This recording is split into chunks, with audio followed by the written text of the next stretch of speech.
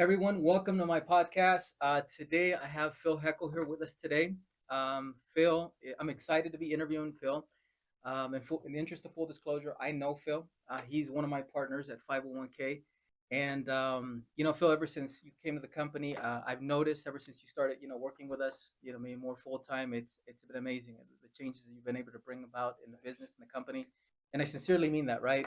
I'm impressed with your discipline, your work ethic, your resourcefulness, your ability to be able to focus on what needs to be learned, whatever it is, and be able to just learn it, right? Just to consume hours and hours worth of content, reading whatever number of books need to be read. So I love how you're a visionary. You're able to, and I think it's a quality that not everybody has, right? That they're able to look into the future and genuinely see what the project's going to look like, the business is going to look like 5 or 10 years from now. You have that. So it's an honor to be working with you. It's a pleasure to be interviewing you. We're usually too busy to really sit down and talk. So I'm looking forward Yeah, to this interview. Thank you for taking the time. yeah, I appreciate it. I appreciate the opportunity to be on your podcast. Yeah, You know, thank you. huge leaps and bounds. We've come a long way, and podcasts like this has been in the works. So Yeah, this is exciting. absolutely. So I'll give everybody just a quick intro, right, as far as who Phil is. So Phil is a serial entrepreneur. Phil has his personal brand that he's been working on for years, has tons of followers. He's also got a second Instagram account that's got thousands, tens of thousands of followers, and you've grown that, and it's a great account. You've done solar sales. You've also owned a few businesses, blue collar type businesses, right? You've done some property management in Park City, Utah, and you're well networked. I mean, your network is impressive. I love that, and that's turned out to be a great asset to the business, right? To you and us here with the business. So, and you love to just self development. You love to just educate yourself. You spend a lot of time and energy educating yourself. So, that's a little bit about Phil, but from my perspective. But I'd love to hear Phil. Maybe if you can fill in some of the details there. If you could tell us a little Sure. bit about yourself. Yeah, I'd be happy to. Yeah. He touched on a lot of things that are important to me. Self development is definitely one of those things that I like had to learn to love at the beginning. I just realized I needed to change and had to learn to love it, but now I'm just obsessed with it. So all those things you talk about, all the experiences I've been through with the businesses and growing the social media and the property management, all the things I've dipped my toes into, it's just like, how can I better myself? How can I, you know, be on this adventure to become the best version of myself? So, Right. I mean, if there's one thing that I could say that I'm passionate about, it's self development. That's a good way to like label myself. So, Yeah. That's yeah. cool. And how long have you been that way? How long have you been obsessed with self development? I've definitely loved self development for probably since like high school, but actually like implemented self development probably for about 5 or 6 years at this point. Because initially I liked the idea of self development, but I Right. was a very lazy kid, just super lazy kid. Yeah. But eventually I figured it out, picked myself up, served my LDS mission, and that helped a ton. And Right. yeah, from then it's just been Yeah. Cool. And by the way, where did you do your mission? Kansas. Kansas. What part of Yep. Kansas? All over the place. All there's like five major cities there, and I Mhm. happen to serve in like the middle of all five. Nice. So they didn't send me to no small town. Like I ended up in the thick of like all the cities, which was That's cool. That's awesome. And where did you grow up? grew up in Midway, Utah. Midway, Utah. Yep. So that's approximately, what is that, about 15 minutes from Park City? Yeah, 15 minutes from Park City. From here, it's about 25-minute drive Okay. where I lived and grew up. Yeah. Tell us a little bit about your childhood growing up there. Oof. I mean, my childhood growing up there, Midway is a very beautiful place. A lot of people, I mean, if you're listening to this podcast, you're probably like, oh, Midway, I have a cousin who lives up there, or family, or they own a cabin, or we visit there all the time. A lot of people know Midway.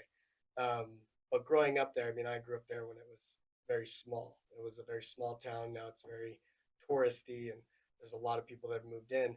But my experience growing up there, I mean, it was it was a really good experience. It was to have a close network of friends and a community like that. I definitely love the small town feeling. Hmm. Community, people wrap around each other, they take care of each other, and that kind of stuff. And so that same aspect of community was implemented into my family and my friend network and that kind of stuff. So I mean, I just loved growing up there. It was That's amazing. cool.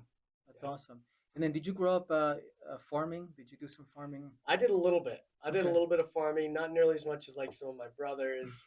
Even though I grew up like 5 minutes from the farm, I Right. probably should have done a little bit more. Yeah. But definitely as a kid, I reverted to the lazy route a lot. Even though I had great examples in my parents and my uncles and all that stuff, Yeah. for some reason there was just that desire to like kick against the pricks and just not Yeah. not take that route of like just owning up to it. So, Right. but I had a little bit of an experience. Yeah. Yeah. But it sounds like you've always been more kind of you had your sights set like for higher goals, right? Yeah. Correct me if I'm wrong. Maybe that's one of the reasons why you kind of bucked against the idea of going and working at a farm. It sounds like yeah, you always had your sights set way up there. Oh yeah, way up there. The crazy thing is, you know, I honestly don't have very many memories of like when I was really really young. Like Hmm. when I was like 10 years old or younger.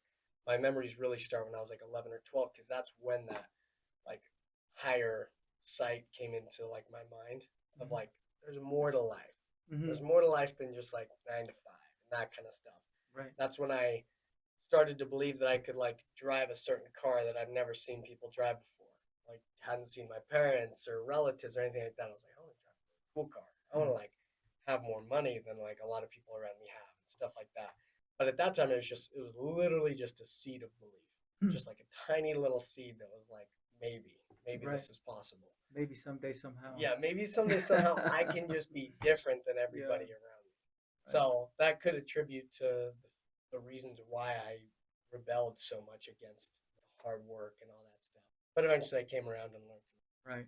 Now, something that's interesting about the kind of your path and your journey is that you've decided to also buck the trend when it comes to education, right?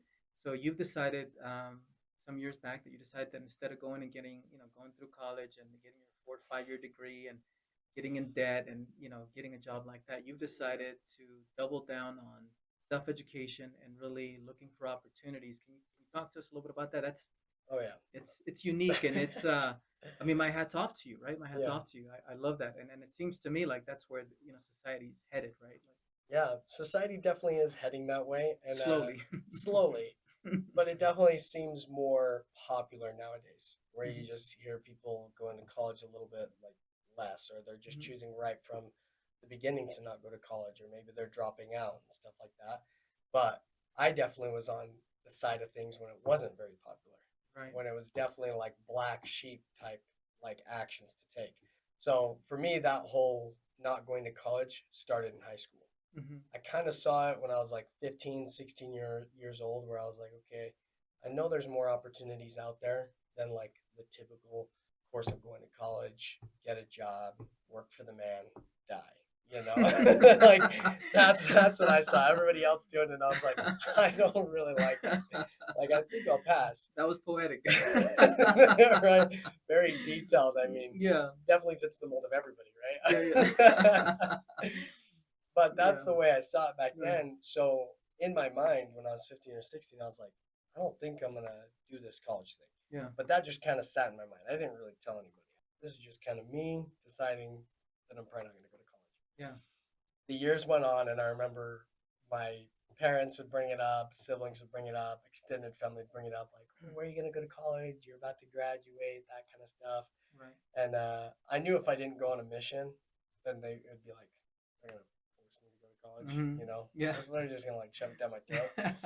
But I wanted to serve a mission, so I was like, okay, I'm just gonna get that over with. So I went right out of high school, served my mission, and then of course as I was coming back from my mission, everyone's like, so should we start like enrolling you for college? And I was just like, well, I'll take care of it when I get back. Don't worry about it. Yeah. I fed people a lie for a long time, Right. for months, maybe even for like a year and a half after I got back, where they just kept asking and asking. And I didn't have the confidence at the time Hmm. to say, I'm not going. Right. So I would just tell them, oh, I'm working on it. I'm applying for UVU or BYU or whatever. I'm working on it. Then eventually, like, of course, I had decided early on that I was like, so eventually I hit that point where I had the confidence to tell people. Yeah. And like I said, at that time, it was unpopular. Right. Like, you're not going to go to college and you don't know exactly what you're going to do instead of go to college. You're going to fail. You're going to be a garbage man. You're not going to be successful. That's what was, people thought. Yeah. but in your mind, you had a game plan, right? What was your Oh game yeah. plan? Well, at the time, I think it was just a lot of belief. And the crazy thing is, I didn't have that much belief in me as a kid. It was more just like I saw other people, even if it was just like on YouTube or whatever. And I was like, if they can do it, I can do it. Maybe I didn't have like people directly in my life that I was shaking hands with or sitting in rooms with that I was like, he's done it. But there was some seed of belief that I was like, hey, if other people are doing it, I can obviously do this. Sure. But I had to definitely build up the confidence to like really, really believe in myself that I had what it took. So How did you do that? how did I build up that confidence? Yeah. I mean, I would say a lot of failure, honestly. I Yeah. think the thing that got me there the quickest, or really like helped me elevate that level of confidence in myself, was putting myself through things that just caused me to fail and learn. Because if you put yourself through something and you fail, but then you get up and you try again, and then you try again, like you're teaching yourself right from the get go that hey, I'm gonna stick to this until I succeed in some capacity. So I'm gonna just keep failing, but I know, hey, if I get up, it'll eventually work. And then when it does work, you're like, okay, I just logged this like race in my brain. Hey, this like map that I laid out that I just lived through. Right. If I can repeat this in any business, in any relationship, in anything, I'll succeed. Right. So I did that. I did that with fitness. I did that with different businesses that I tried to start where I was just like, okay, I'm failing, but I'm going to do it till I have some sort of success so I can like have that dopamine and that memory in my brain that, okay, I did it. I Mm-hmm. did it. But it took me a while and it sucked, but Mm-hmm. I did it. A lot of failure, a lot of falling. Oh, a ton, a ton. So from all that, all that failing and everything, I eventually built up the confidence and I was like, okay, I don't care. Even though I did at the time, I was just like, I don't care. Like I have to like convince myself I don't care. Yeah. But I would just tell people, no, I'm not going to college. And I didn't have the exact blueprint that it's like, this is how I'm going to become a billionaire. And even at the time, like 4 or 5 years ago, I didn't quite have the vision that I wanted to be a billionaire or why I wanted to be a billionaire. It's more like I'm going to be really wealthy, millions, tens of millions of dollars, kind of stuff. But I at least had the confidence at the time that hey, I'm going to make it happen no matter what. I don't know what it looks like, but I know it'll like create itself as I go. As I keep failing, the path kind of reveals itself before you, and eventually you'll hit that success that you're looking for. So I just kept telling people, I'm not going to college, and they just kept like, "What are you gonna do? What are you gonna do? What are you gonna do, Phil?" And I'm like, "I don't know, I'll figure it out." Yeah. And that was my mentality. Yeah. From then on, I was just like, I'm gonna prove them wrong. All these people who kept on saying like, "What are you gonna do?" And then like the funny thing is when you hear from other people about people talking about you behind closed doors, super. Yeah. Because you use it as fuel. Yeah. And I just remember hearing from specific people that they were like, "Oh, I had a conversation with so and so, and they're really worried about you. They're worried about like what you're doing and if you're gonna make it, and if you're like, are you gonna go to college?" And I'm like, "No, I'm gonna be just fine." A lot of belief in myself, but people Right. just couldn't see it. Yeah. Yeah. It's crazy. It is. It is. And in fact, that's a perfect transition because I'd like to be able to delve into a little bit more into this, being able to take negativity and pain and how you convert that into drive, right? Because you're driven, and I'd love to be able to explore a little bit kind of where that comes from. I know that we've had a couple of conversations about this, right? And you touched on it just a little bit right now, where kind of the doubts, right, that other people have. But maybe you can talk about that just a bit, kind of what those pain buttons are, and how you're able to use that as fuel, jet fuel, to propel you, right, to be the person that you are, to be as driven, to work as hard as you do.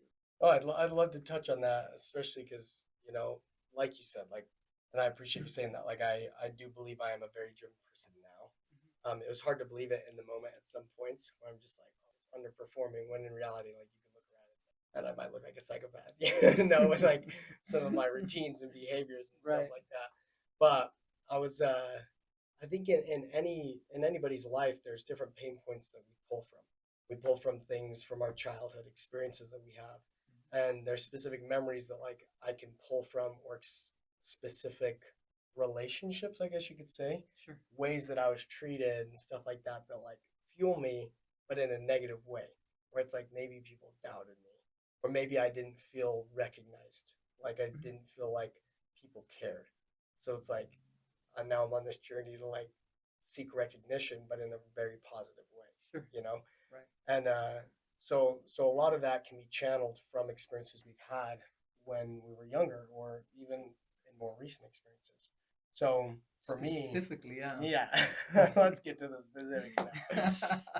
They want to know. Yeah, they want to know. So for me, a lot of like initially one of the experiences that I pulled from was I have I had an issue when I was younger because I have two older brothers Sure. and two older sisters. And I always felt like I was like in their shadow, you know? Mhm. Like, oh my gosh, my older brother works so much harder than me. My other older brother's super smart. Mhm. I don't feel like I'm smart. My two sisters are very talented. One's sports, one's theater and all this stuff. And like, who am I? Like I'm a nobody. Like I felt like that through high school and stuff, and I found myself quitting sports a lot. So for me, one of the pain points that I really reached from, especially after my mission, and used it to propel me, was not feeling like I was enough to my parents. Mm. You know, I look at like my relationship with my parents, and I was just like, I just felt like because I was quitting. I was lazy. I was a quitter. I just wasn't amounting to anything. I wasn't getting good grades. I wasn't playing sports because I would just quit the sports because it was too hard, you know? Mhm, mhm. So I always looked at it, and as I got older, I was just like, I felt like I hadn't earned the respect of my dad. I feel like I hadn't earned the recognition or the love, even though he showed me plenty of love. You know, my mom showed me so much love, and I can look back and see all those moments. Sure. But there's still those moments of like feeling alone and just feeling like I was the black sheep, you know, Right. and I wasn't even recognized. And there's a lot of self doubt and um, just feeling, you know, just bad about myself in Sure. those times. You know? Sure. So that was one of the initial pain points that I look back like 4 or 5 years ago that I just grabbed onto, and I was like, you know what? I need to prove myself. Like I need to prove it to myself, my own self worth. I need to create my own self worth because this whole idea that like that the world's pushing, where it's like you are enough the way you are, and just like shove that in the garbage. Like Yeah. that's a load of baloney. Right. Like you got to earn it, especially as a man. We see that more often than not than with women.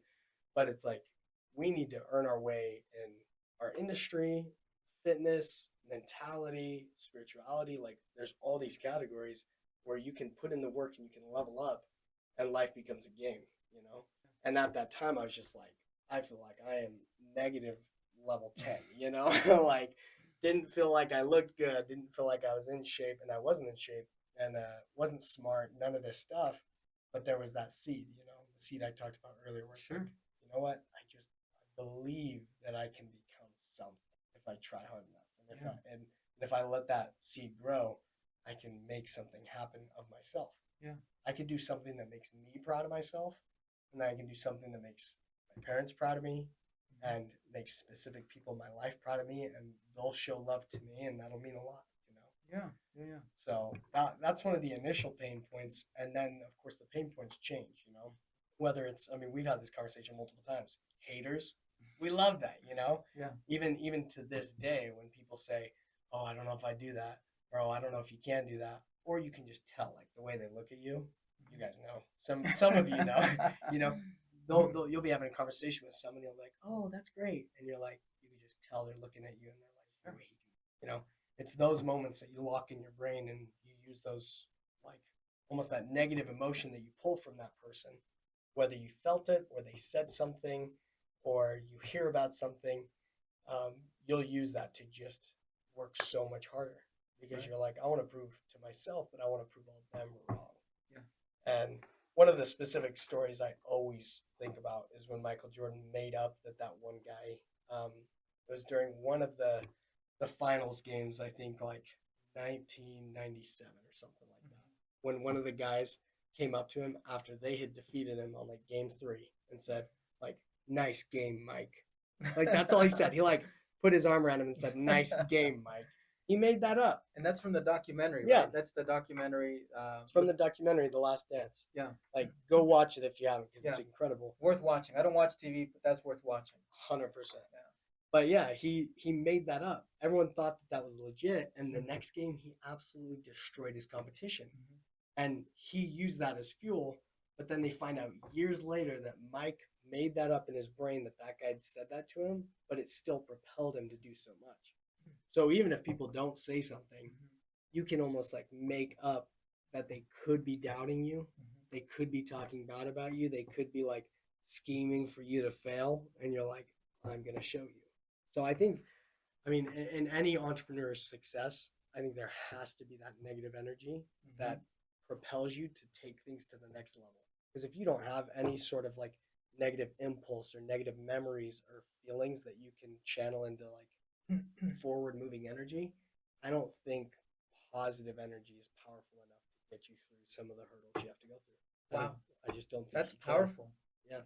I've never heard anybody say that way. In fact, I was going to ask you a question because Yeah. as what's the name, Jordan Peterson talks about the dark side, right? And then Oh you yeah. have a number of other people that talk about the dark side, how we all have that dark side, and rather than just kind of trying to suppress it, you learn to control it, right? So you learn to control it.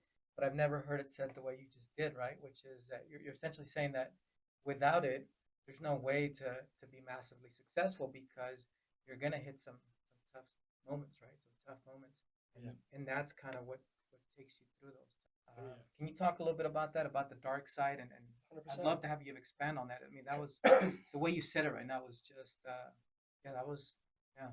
Yeah.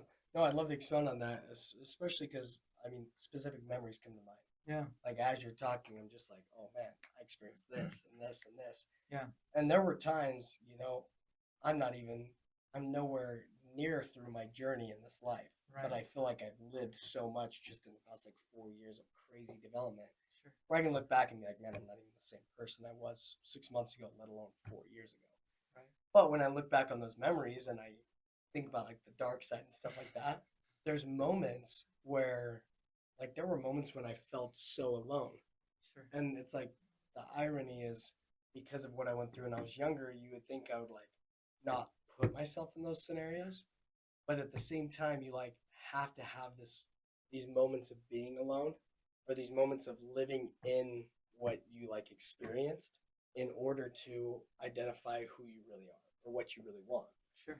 So through parts of like my discovery phase of figuring out who I am and what I want to do and the fact that I want to be a billionaire and all this stuff and my purpose, there were points where I was like alone for months. And what I mean by that is like there was a period where I was living with a couple of roommates, Sure. but those roommates weren't channeling any energy towards me. Like it wasn't like how me, you, and our third business partner Mikey are. Right. There was no energy like that. It was just kind of like I'm just living with two other dudes.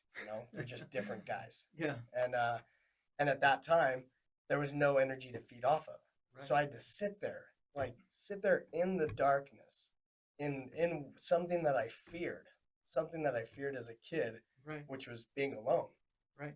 not being recognized, not having somebody who loves me, all that stuff, and to sit in that and just really figure out who am I and what like why do I want to do what I want to do? Because at that time, like the specific memory I'm thinking of was when I kind of had gotten to a point where I was like, I'm sick and tired of being lazy, sick and tired of not seeing the success or feeling the fulfillment that I want to feel from life. And so I had to make a change. But making that change is so difficult. When you're at like your lowest of low and maybe you're like really, really lazy, going from lazy to being a super disciplined person, Mm-hmm. that's not easy. Yeah. Even making like a tiny little step is not easy. So I had to sit there in that like darkness and I had to be like, I just have to soak in this energy and it was awful. But at the same time, without that energy of like what it really feels like to be alone, especially as an adult, you take that energy as a kid and then you're like, this is the energy I don't want to feel. I don't want to feel this all the time, but I understand that this feeling, I have to feel it now in order to give me the strength and almost the pain to move to a different place. Right. So Sean Whalen, I've heard this quote from him a few times. I don't know if it comes from anybody specific or if maybe it just came from him. Right. But he said that when the pain of your current reality becomes worse than the fear of moving forward, that's when true change happens. So if you're sitting in a state where you're like, oh, why can't I make this change? Well, you're too comfortable here, and the fear of change is too strong. But at that moment in my life, I was like, I'm so done with being where I'm at. I'd rather die than be here in a year. Like a year from now, I'd rather die than be in the same scenario. Right. Whatever this lurking fear is of how hard it's going to be to wake up early, of how hard it's going to be to get in shape, of how hard it's going to be to start a business, Right. talk to new people, network, get uncomfortable, fail. Any of that, I was like, that sounds like bliss compared to where I'm at now, which is just lazy and out of shape and all that stuff. And that sounds way better than being alone, being unrecognized, you know? So I use that darkness to channel me to take these steps of just of waking up early, of working out and all these things that were really painful. In the Right. moment, it was just like waking up early was it was the worst thing ever. you know? And I was like, I have to do it every single day.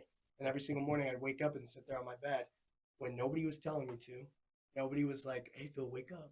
Hey, make sure you go to the gym. It was just me and I had to be responsible for myself. And I was like, okay, I'm either gonna go back to bed and live in my fear and live in the past, or I'm going to wake up and just carve a new path and make a new reality for myself. And that's how you use the darkness. You literally have to just channel from like the deepest pains or the deepest like negative emotions within you Right. that you never want to feel again, but you almost have to force yourself to feel it in order to realize I don't want to live here. Right. But too many people ignore it. They'll ignore the darkness. They'll ignore those pains or those traumas, and they'll just soak in like in this mediocrity essentially. Yeah. Instead of just admitting, I hate this. It's painful. Soaking in the feeling to escape. I love that. I love that because you're right. Because it's so easy, right? When you do feel sad, when you feel lonely, when you feel pain, right? It's so easy to just um, want to, whatever. Everybody's got a different way to escaping, right? Some people might be alcohol, some might be drugs, others might be video games, others might be pornography. With others, it might be just hanging out with friends, and when you really got stuff to get done, right? There's nothing wrong with hanging out with friends, but if you got stuff that's got to get done, if you got a problem with it, if you're running a business and you got a serious problem, you're facing bankruptcy or closing your doors. I mean, it's painful, right? And instead of hanging out with friends or doing any of these other things or any number of other things, right? I love what you're saying is feel the pain, feel the burn, let it fuel you. You feel it for long enough, and you kind of and then correct me if I'm wrong, and maybe I'm not an expert at this, but don't you channel that to anger? Isn't that what it naturally goes to? If you just feel the burn, it goes to anger, and that anger is what actually propels you, right? Yeah. Yeah. Oh yeah. Like when I would think about who I was at that time, and yeah, you soak in the darkness, you soak in those negative feelings and stuff. It does. You channel it into like this emotion of just being so fed up with who you currently are and how you've been performing and who you've allowed yourself to become. That like it's weird because it's just like it's opposite energies within you. It's this negative anger that's pushing this positive like action in your Mm-hmm. life. Yeah. Yeah, it does turn into anger. I mean, I've literally sat there and I'm just like, I'll like stir in that emotion, and then eventually I'm just like, there's nothing else that I want to do rather than work on myself, Mm-hmm. or then work on this business problem, or then work on like this relationship, or get rid of something, or Yeah. make a change. Whatever that change is, that anger will just propel you, and you're like, Yeah. I don't care what people think, Yeah. because I don't want to feel this, Yeah. but I'm willing to feel it in order to make the change. Yeah. No, I think True. it's important. I think it's It something is. that there are a number of people out there that are talking about this, but not enough, right? And I mean, yeah, really, that dark side is if you know how to channel it, if you know how to use that energy, it's powerful. It is powerful. I mean, it's either that or you sit, you call the ambulance and you sit there and you cry, right? Poor me. Yeah. But that gets you nothing, right? Zero. That gets you nothing. You have to take action. You have to uh, feel the pain and do the hard stuff. So, switch gears just a little bit. Yeah. I know you mentioned your parents a couple of times, and we've talked about that. And I love the relationship you have with your dad, and it's kind of the opposite and the other side of the coin, right? So instead of the dark energy or the bad energy, right, or the dark side, we're talking about just kind of more positive stuff. I know we have a couple of deals right now that we're working on, and in fact, should be under contract here in the next couple of days Yeah. and closing in the next 30 to 60 days. Yep. And it's going to be a game changer because you're going to be able to give your dad, because his dad is involved in a transaction, But you'll be the one that will be able to give your dad a big six-figure check. Um, Oh yeah. Talk a little bit about that and what that means to you. And Oh, I mean, as an entrepreneur, I mean, I think a lot of people who will listen to this who are entrepreneurs can relate from the perspective of wanting to do good. You know, you want to do good for the ones who took care of you. And like the way my parents raised me and all that they did for me, it's like you feel like you owe them a lot and you want to take care of them because mm-hmm, they sacrificed so much. When I look back at like what my parents did, my dad working two, three jobs at sometimes, mm-hmm, we barely see him at night for a split second before he'd go to bed, that kind of stuff, and mm-hmm, all the ups and downs throughout life. And I look at that and I'm like, man, he took the route where like not knowing any better, he just grinded just to put food on the table for 20 years so we could all make it through, get out of high school and like start our lives. And now he's like able to like focus more on what he wants, you know, and mm-hmm. focus on building his career in the industry he wants to. But watching him go through that, I'm like, man, nothing would make me more happy than being able to, you know, build up the success because of the way he raised me and who he built. It's like I'm a byproduct of my parents. Mm-hmm. And I want them to see, hey, your son built this, and then hey, you're rewarded for it, you know? Right. So that opportunity to like close a deal and have my dad be involved in a business that like I'm a part of and deals that I've been a part of and I've educated myself up to the point to sophisticatedly close it, whether I like I'm faking it or not, you know. And mentor him, right? Because he does. Yeah, We're doing commercial real estate, and your dad's a residential realtor, right. and you started off not knowing anything Oh, about yeah, that.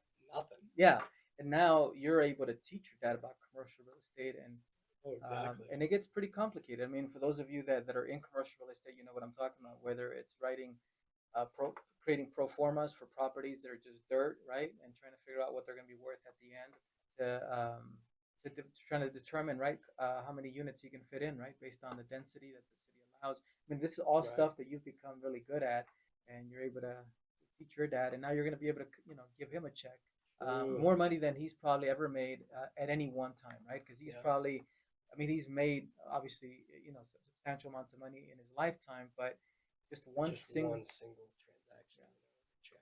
yeah, Yeah. No, it's huge. I'm thrilled. I'm excited to do that, and I mean that's only the beginning. It's only the right, beginning of how much I want to give back right, to them and to a lot of people. But to your point of like talking about the parents and switching from the negative to the positive, right, is it's me proving to them and like putting myself in a spot to make them proud of me, you know, sure, to make them like have my dad look at me and he's told me that. He's told me that like over recent years and stuff like that. right, But I think it's gonna mean a lot more to like feel it about myself and then to recognize it as like giving.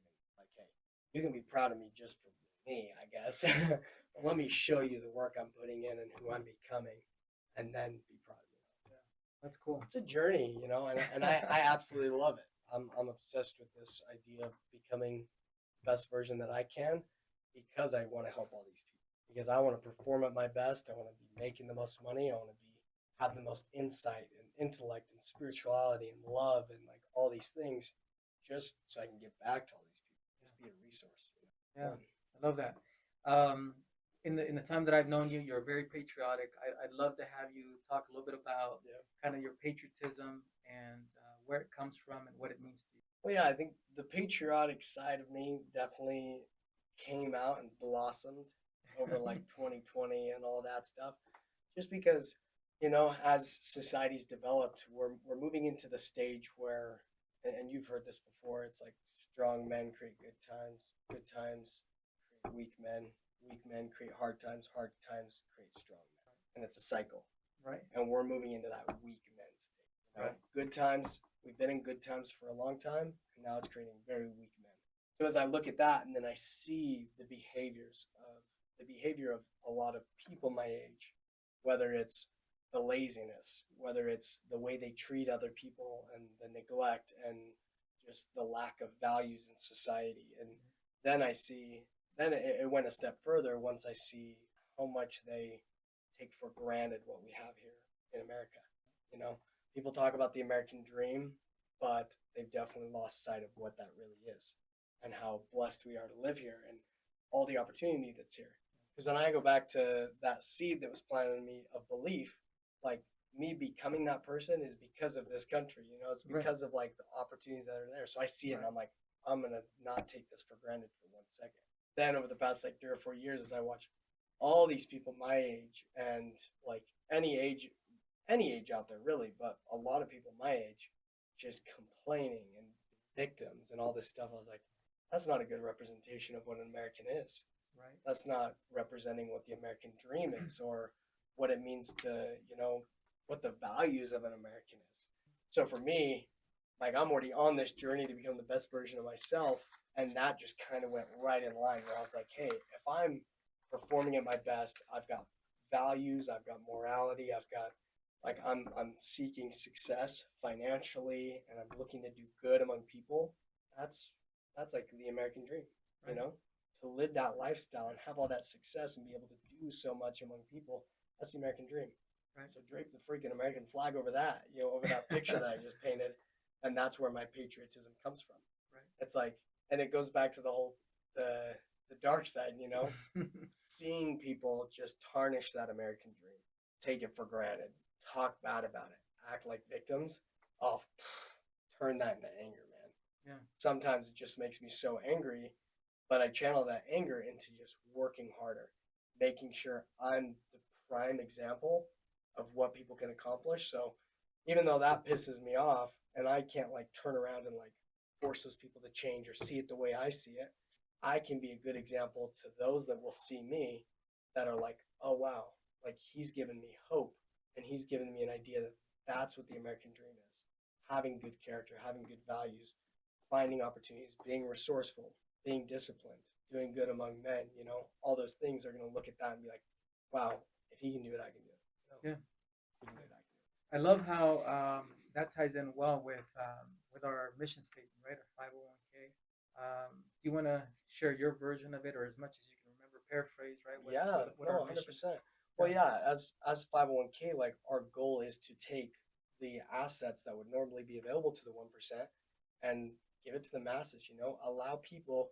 But I think the difference here is we're giving it to those who see it as an option, which is cool because it's opening up the window for people to see hope and for people to, you know, see a brighter future because we're giving these opportunities in commercial real estate, in multifamily and that kind of stuff, an industry that you asked me 2 years ago, I probably would have been intimidated. I would have been like, whoa, because I didn't know much about it. Right.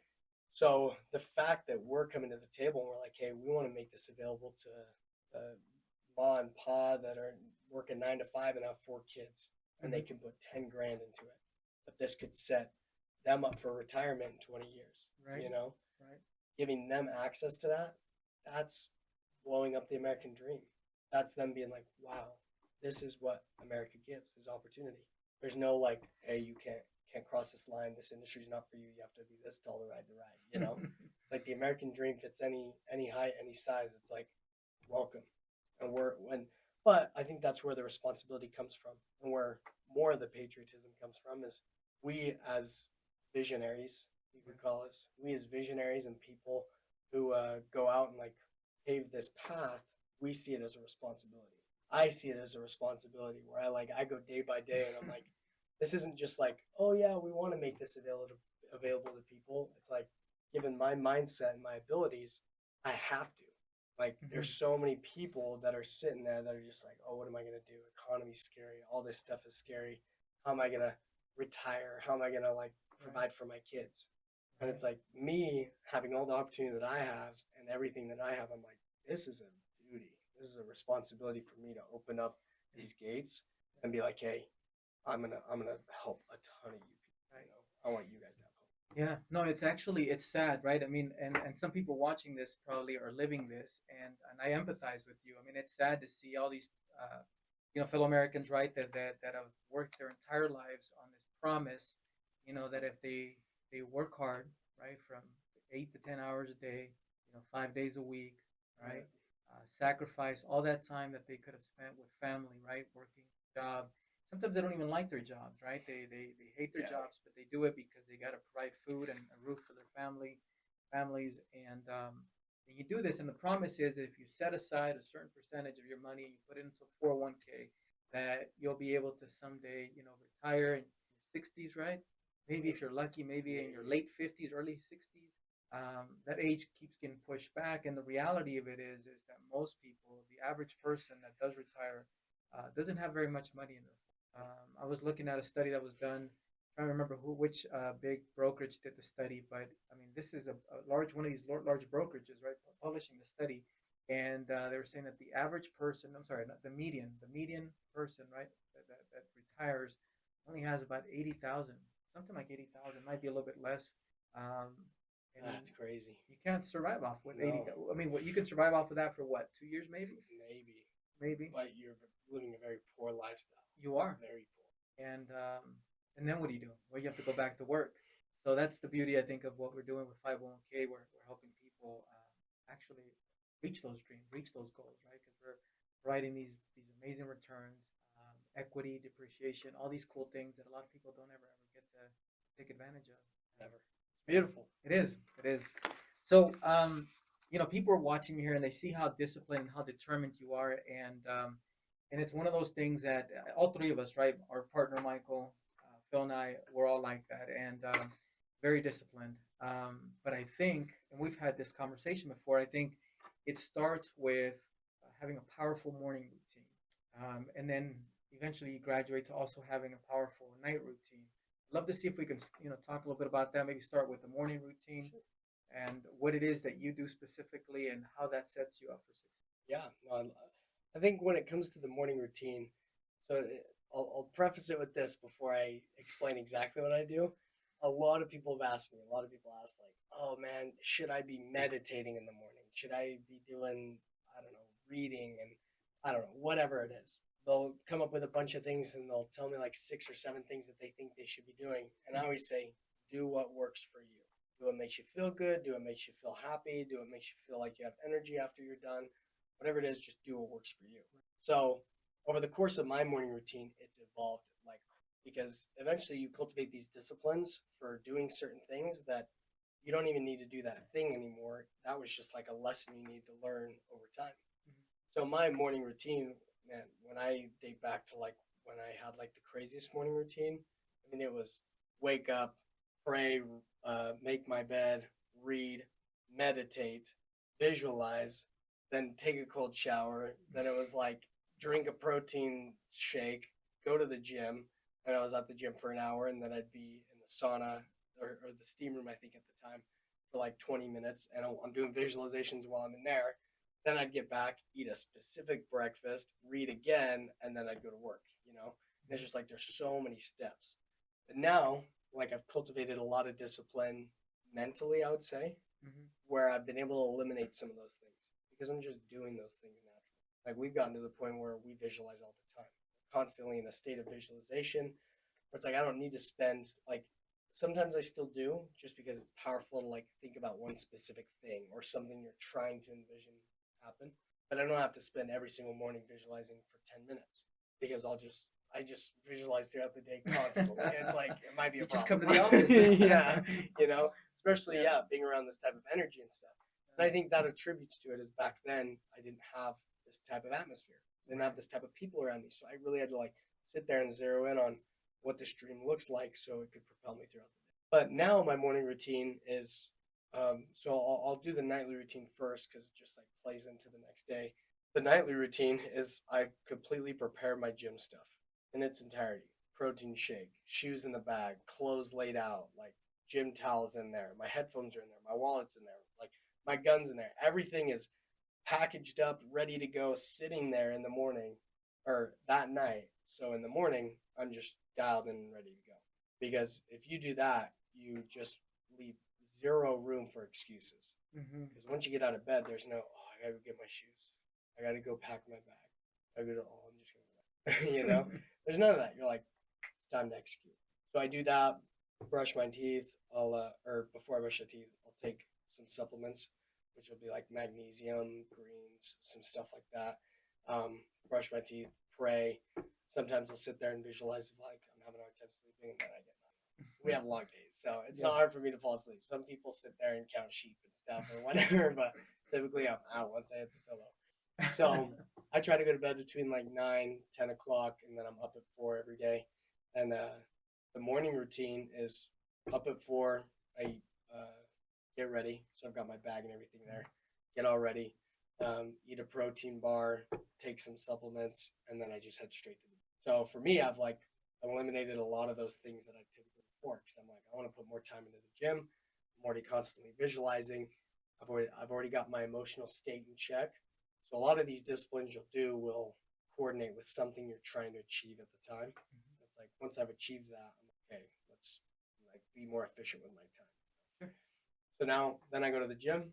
I work out for 45 minutes, an hour. Then I'm in the sauna for about 30 to 45 minutes. Right. That's where I do a lot of my visualizing, you know, sitting there just sweating, just enjoying the dark side of just killing myself, you know.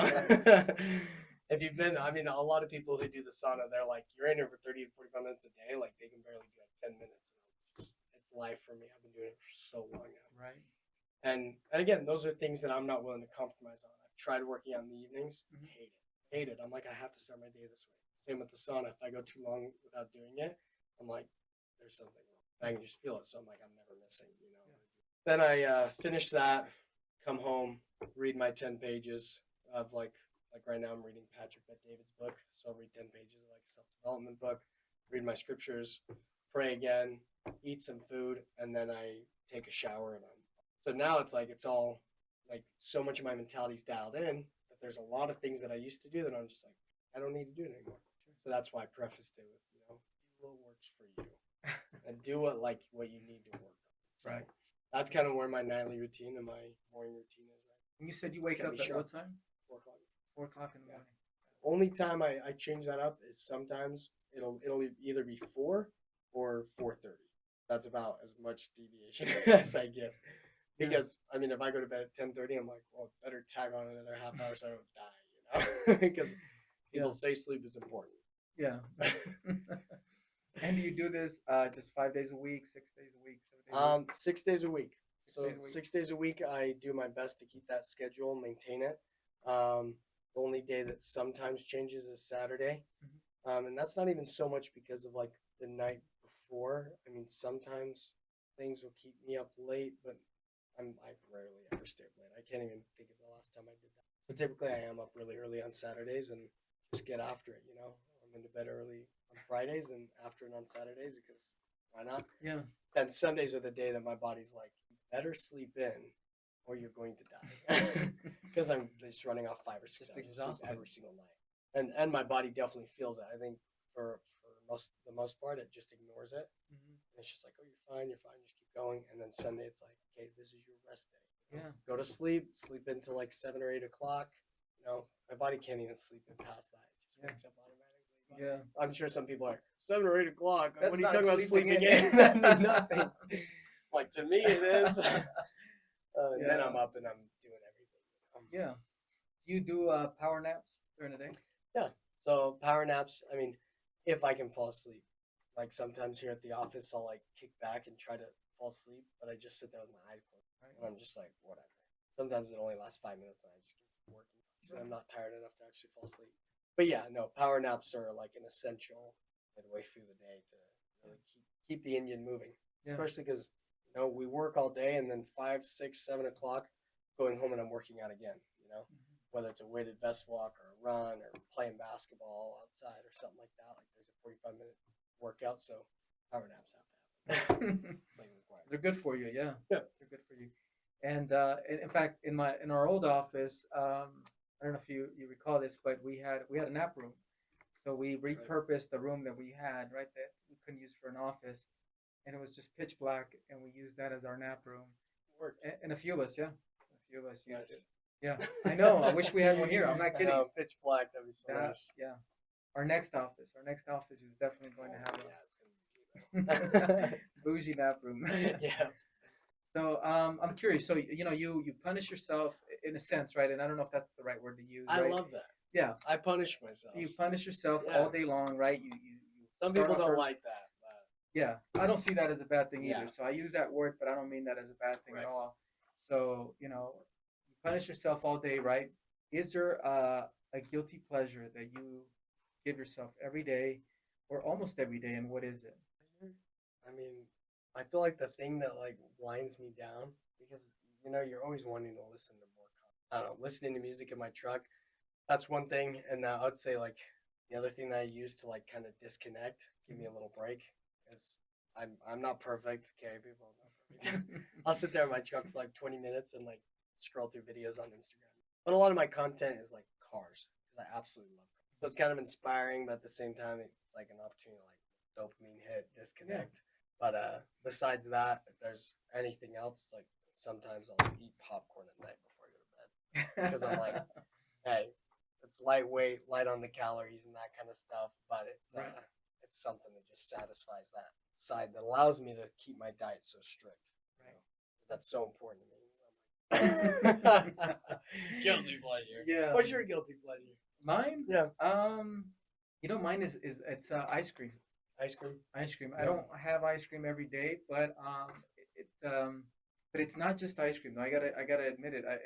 I mean, like it'll vary, but it's like sometimes I'll get cravings and I'll give in a few times a week, right? I shouldn't. I actually got to cut back that to maybe just once a week, but I'll either have some ice cream or like apple fritters. I mean, I'll have one every couple of weeks or Yeah. something in the morning. Right. Those are just so good, and they bring back good memories in a sense, right? So, anyways, but Nostalgic. yeah. Yeah. So you mentioned cars. Here on record, what car? What's your dream car right now? What car are you gonna have here in the next 6 months? We're manifesting it. What's your car? What's your? There's just so many cars. But here in 6 months, what's the one you'll have here? In fact, less than 6 months. You'll have here in about 60 days, right? I mean, I love trucks, so I love everything like vehicles, just anything with 4 Mhm. wheels that drives. I'm getting into boats now and stuff like that, but anything with 4 wheels that drives, I love. So I've got my truck right now, and that's a Chevy Silverado. It's a 1500, but I think the dream car after this one would be a Ford Raptor, like a new Ford Raptor. And now I'm looking at like the newer one, past the one that I test drove that one day, Yeah. and it's the Raptor R, which has a V8 engine in it instead of a V6 Yeah. machine. But now, and that thing, that's like $120,000 truck. Right. And some people can't fathom the trucks cost that much now. They're really nice. They're really luxurious and stuff. But as far as a car, if I were to get a car in the next 60 days, I'll get the new truck and the car. Yeah, just so you guys know, Phil's gonna make multiple six figures here in the next 60 days. Yes. It's yes. Hard work pays off, friends. That's right. Just keep at it. Yeah. And keep your emotions high. Yeah. The car that I want to get though, my mind keeps going to the Mercedes AMG GT. The 2-door, long front hood, like long body style. Yep. I just love that car. And there's different models though. There's one that's like 100,000, 150,000, and then there's one. I'm going for the 100,000 one first because like, hey, great introductory V8 engine, beautiful car. Yeah. And then that's like my car that's like. But I want to know like so many cars people can't even fathom. In fact, that's my final question to you. I wanted to ask you, where do you see yourself in 10 years? Maybe you can speak to like different aspects of your life, right? Yeah. 10 years. 10 years. So you're how old right now? 25. 25. So 5 years. at the age 35-year-old of me 35. makes me jealous. Makes me jealous. Yeah. 35. I honestly, I want to have the title of billionaire. I want to hit that mark, and I also want to be married, have a couple kids, and some bigger goals for me. Is to I've got some lofty goals. Mhm. And one of them is to own like the largest car collection. So at that time, being 35, I definitely want to have at that point. The largest car collection is probably going to take me a lifetime to like accumulate, but I definitely want to have a fleet of like the Lamborghini, the Aston Martin, the McLaren, own a Koenigsegg and a Bugatti for sure, but just own this fleet of cars that I've so. But in terms of other aspects of my life, want to be speaking on stage. I look up to people like Ed Milet, Andy Frisella, Bradley, all these guys who have really popular podcasts and all this stuff, and they go around, they speak on stage. And for me, I was that kid who had that seed of belief but didn't know how I was going to do it and didn't really have like the people in my direct network to influence me. So I sought after those kind of people. Those videos on YouTube of Ed Milet, like motivating people, and Tony Robbins, and He's like, listening to this. You know that, right? oh, of course he is. Of course he is. This is huge. Yeah. But I sought after all those people because I was looking for people that I could relate with or people that were where I wanted to be. Right. So being that person, I'm like, man, I want to be an Ed Milet for a Phil, you know, for some kid out there who was in the same shoes I was in, who didn't have the examples around him who were massively successful, but he just needs hope. He just needs some inspiration. So I want to be that person. So when I'm 35, I want to be speaking on the same stages as all these people, sharing the same podcast studios as them and stuff like that. And, you know, by the time I'm 35, I don't want there to be a single person that I've looked up to that I haven't been on stage with or had a podcast with or, you know, shared some sort of content experience with. 10 years, so much can happen. Oh, yeah. Spiritually, where do you see yourself? Oh, I mean, if my conviction for God can get any greater, I mean, 10 years, I just imagine I would like to just have more of a bearing on like understanding how God speaks to me. Because right now my conviction's there and I definitely follow the Spirit, but I would love to just get so in tune with it. Because all this success that I'm gaining, it's not for me. It's for what I can do with it and what I can do, what God can use me to help other people have this success. So I would love to be 35 and just have God speaking to me on the daily, where He says, "Hey, go over here and talk to this person because this person needs you," or hop on the jet and go here because this person or you just need to be here for this person. Or maybe I'm at an event and it's like, "Hey, go outside in the hall right now," because there's some people that are going to walk up to you and they need. But I want it to be clear because right now I think it's one of those things where it's like, "Oh, go this way," and I'm like, "Okay, I'll do it." But I'd love for it to be like He has so much trust in me because of years of me just doing exactly what God tells me to do. Right. That by the time I'm at that stage in life, that God's just like, it's so clear as day. Hey, go out and find this guy with the blue shirt, you know, that kind of stuff. I would love that, and that's what I aspire to. 2 children? Oh, at least. At least 2? 2 to 6, somewhere around there. But by the time I'm 35, really soon, I could probably fit 6. Yeah. But somewhere around there is where I'll land. Yeah. And actually, one final question. Right. If you, if for whatever reason, right, today was your last day, what 3 things would you like to be remembered by?